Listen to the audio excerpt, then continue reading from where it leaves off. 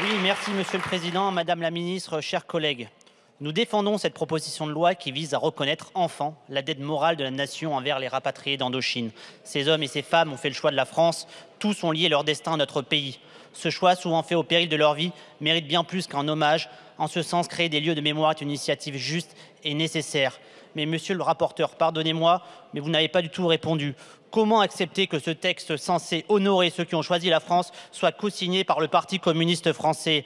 Ce même parti qui, pendant la guerre d'Indochine, a trahi la France en soutenant le Viet Minh, en relayant sa propagande, en s'opposant à notre armée, en justifiant les meurtres de nos soldats et de leurs alliés vietnamiens.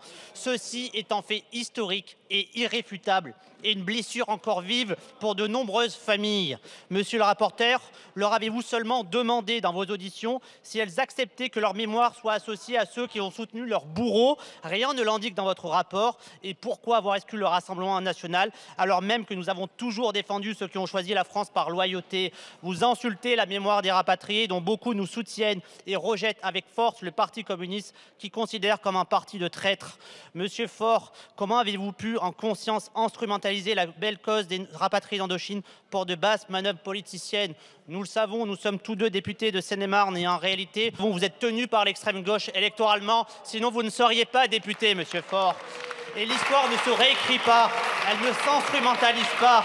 Et nous, au Rassemblement national, nous faisons toujours en notre choix celui de la fidélité à la France, à ceux qui l'ont servi et à ceux qui l'aiment.